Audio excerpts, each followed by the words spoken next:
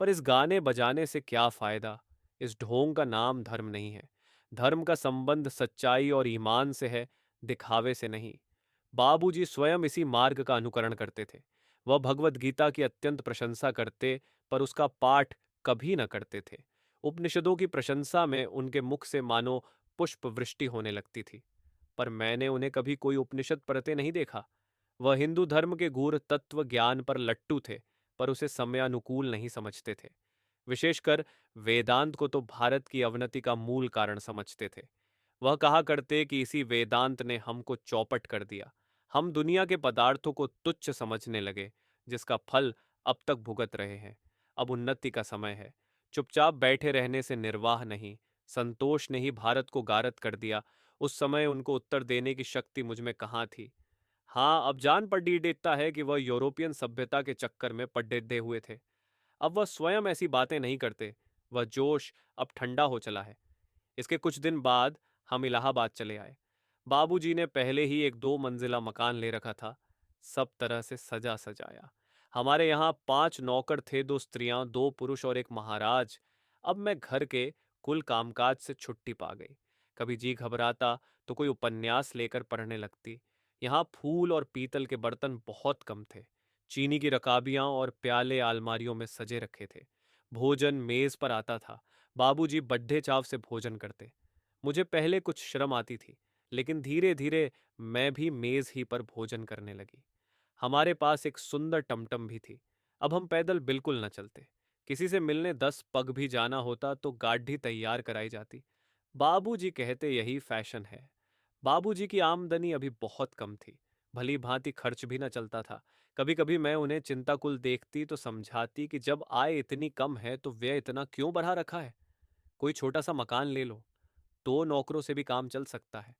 लेकिन बाबूजी मेरी बातों पर हंस देते और कहते मैं अपनी दरिद्रता का ढिंढोरा अपने आप क्यों पीटूं।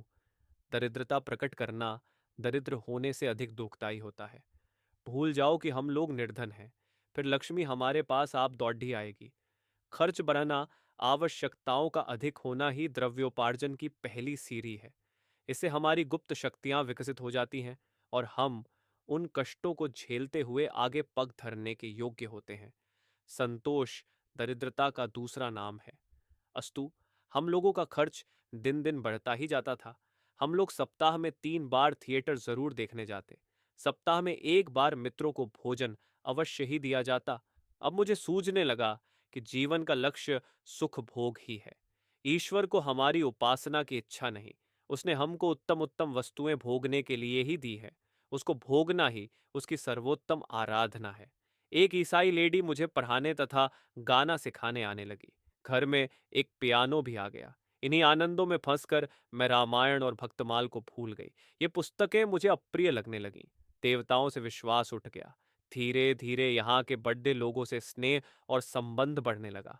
ये एक बिल्कुल नई सोसाइटी थी। इसके रहन सहन, आहार व्यवहार और आचार विचार मेरे लिए सर्वथा अनोखे थे। मैं इस सोसाइटी में ऐसी जान पड़ रही थी जैसे मोरों में कौवा। इन लेडियों की बातचीत कभी थिएटर और गुद्दद्दौद्द के विषय में होती, कभी टेनिस, समाचार पत्रों और अच्छे अच्छे लेखकों के लेखों पर। उनके चातुर्य, बुद्धि की तीव्रता, फुर्ती और चपलता पर मुझे अचंभा होता। ऐसा मालूम होता कि वे ज्ञान और प्रकाश की पुतलियां हैं। वे बिना घूंघट बाहर निकलती। मैं उनके साहस पर चकित रह जाती। वे मुझे भी कभी कभी अपने साथ ले जाने की चेष्टा करती, लेकिन मैं लज्जावश न जा सकती। मैं उन लेडियों को कभी उदास या चिंतित न पाती। मिस्टर दास बहुत बीमार थे, परंतु मिसेस दास के माथे पर चिंता का चिन्ह तक न था।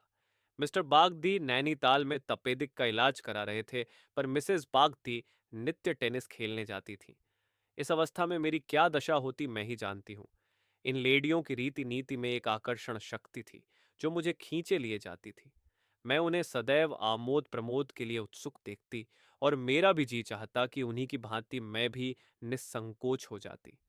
उनका अंग्रेजी वार्तालाप सुन मुझे मालूम होता कि ये देवियाओं हैं।